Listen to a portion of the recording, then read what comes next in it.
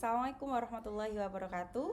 Saya Aina Artalia, mahasiswa Magister Administrasi Rumah Sakit Universitas Muhammadiyah Yogyakarta. Kali ini kita akan membahas atau mereview sebuah jurnal internasional yang terpublis di Healthcare Journal dengan judul Advancing Patient Safety: The Future of Artificial Intelligence in Mitigating Healthcare Associated Infection, a Systematic Review. Nah, jurnal ini terindeks Scopus Q2 dan terbit pada tahun 2024. Kenapa jurnal ini? Karena membahas bagaimana kecerdasan AI dapat membantu mencegah terjadinya infeksi di rumah sakit.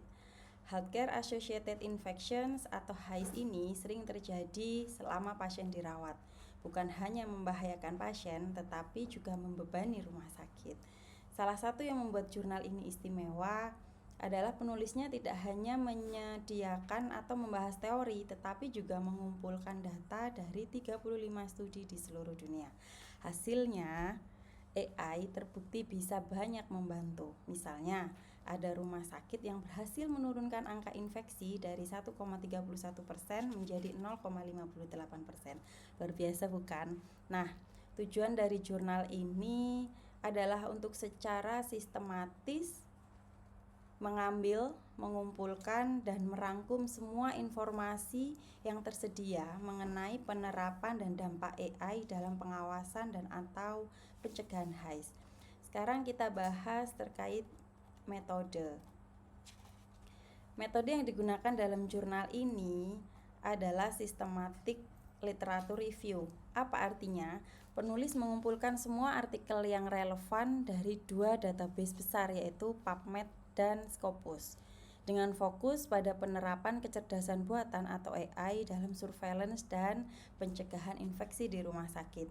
Proses pencarian artikelnya sendiri menggunakan kombinasi kata kunci seperti artificial intelligence, machine learning, healthcare associated infection, dan beberapa istilah terkait lainnya. Mereka juga membatasi pencarian pada artikel yang diterbitkan dalam 10 tahun terakhir.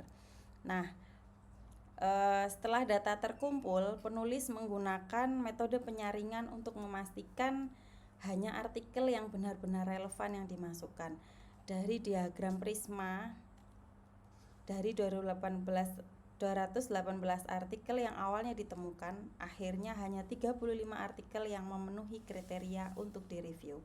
Proses ini mengikuti panduan Prisma 2020, sehingga hasilnya sangat sistematis dan dapat dipercaya.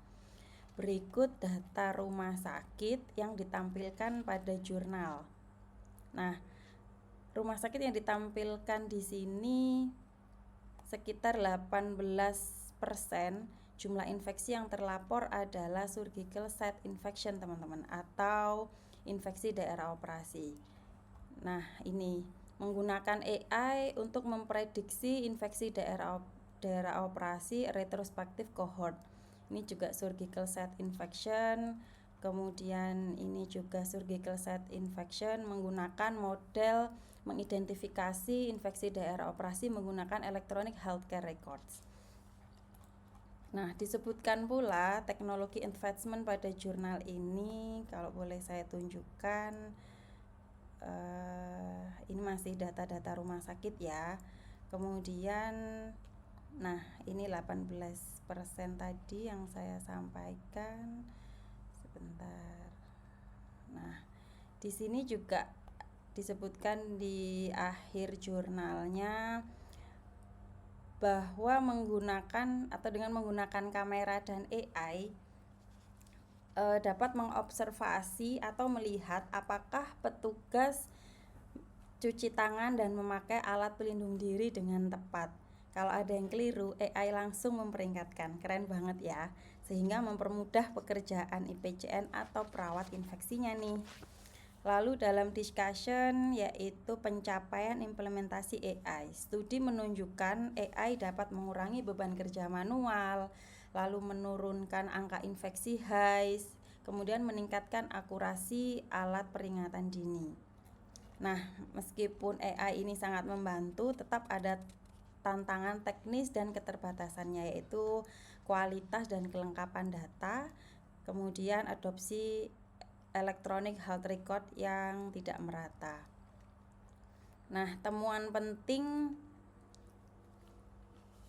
dalam jurnal ini adalah 1.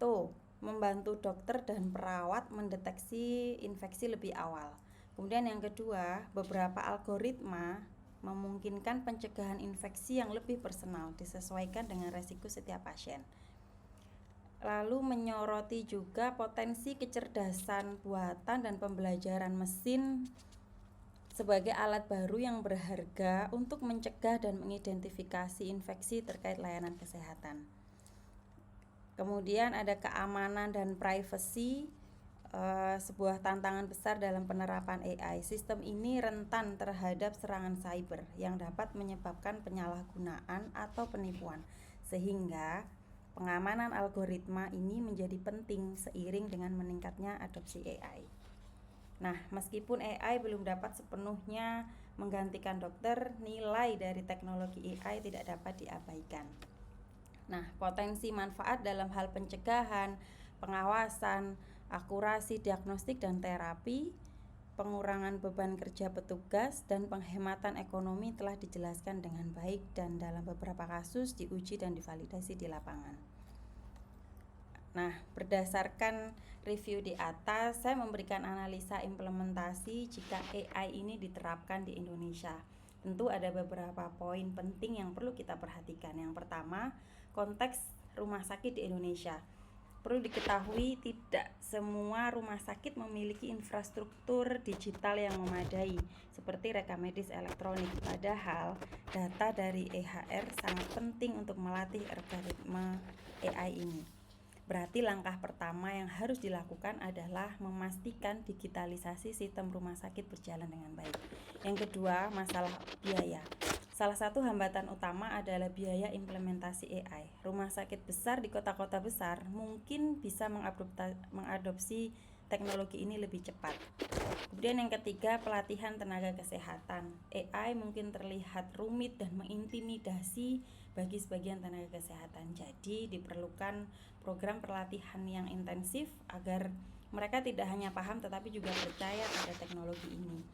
Nah, ini yang terakhir, manfaat untuk pasien. Dengan tingkat infeksi rumah sakit yang cukup tinggi di Indonesia, sekitar 15%, AI dapat membantu meningkatkan keselamatan pasien, mempercepat diagnosa, dan mengurangi lama rawat inap. Ini tentu saja akan berdampak positif, terutama bagi pasien BPJS yang seringkali menghadapi antrean panjang. Demikian review jurnal kali ini. Terima kasih banyak atas perhatiannya. Sampai jumpa kembali dalam review-review berikutnya. Wassalamualaikum warahmatullahi wabarakatuh. Bye.